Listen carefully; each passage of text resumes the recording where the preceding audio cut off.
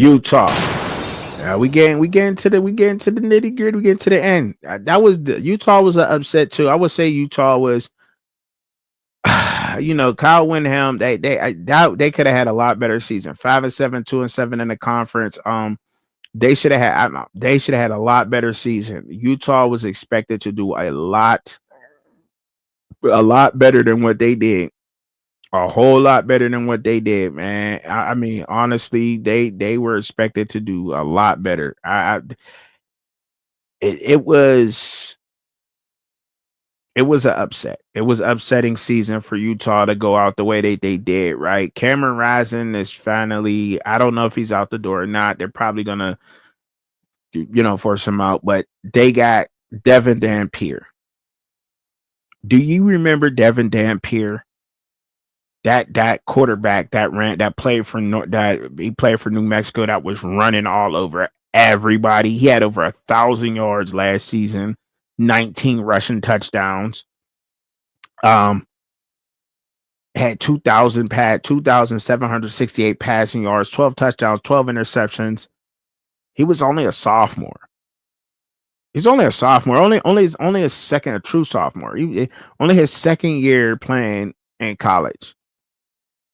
And was going off. I mean, Utah is going to bring some structure to him. Kyle Windham and the staff over there. I hope. I'm assuming. That Kyle Windham and the staff over there at Utah is going to bring some structure to Devin Dampier, which is going to make Utah a very dangerous team next year. I ain't. You know what I'm saying? Like, for real. They got a whole new running back room. Wayshawn Parker transferred in.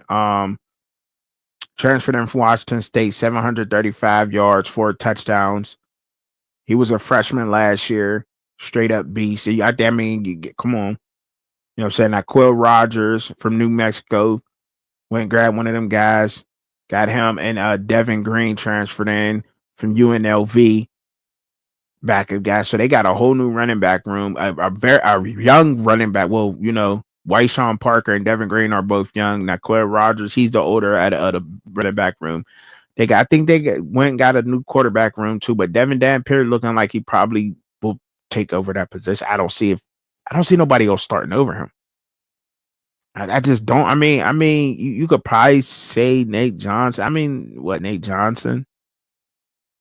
Brennan Zerberg, 6'3", 197. I mean, no, I just don't see nobody starting over Devin Dampier. I just don't see it. But they got their whole offensive line coming back. They got some tight end coming back that was on the roster last year. They got guys that played on the team last year. Transfer they got in Ryan Davis, wide receiver from New Mexico, 747 yards, 54 receptions, 3 touchdowns. He had last season. That's what he had last year. Otto Tia from Utah State had 44 receptions, 434 yards, and he had 7 touchdowns on the season last year. Cree Whitmore from Mississippi State had 4 receptions, 65 yards. That's what he had. And then on the defense side of the ball, they got, I think, 2 guys that probably will start that transferred in. Cornerback, they need some cornerback help for sure. Don Sanders, 6'4", 197 pounds from I can't remember. I know he went to Texas A&M, but I don't know. Was it Cal Poly or I don't know what one of them. But 6'4", big guy, and the defensive end Lance Holtcall from Washington. 5 solo tackles, 6'3", 227 pounds, and a sack he had. He'll probably have to put on a little bit more weight at that position.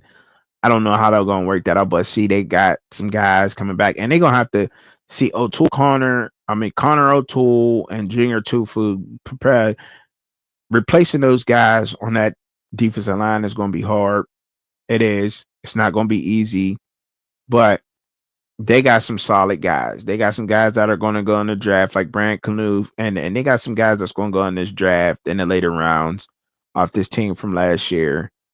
But these guys are all been familiar, and retaining your talent is important, and plugging guys in is important too.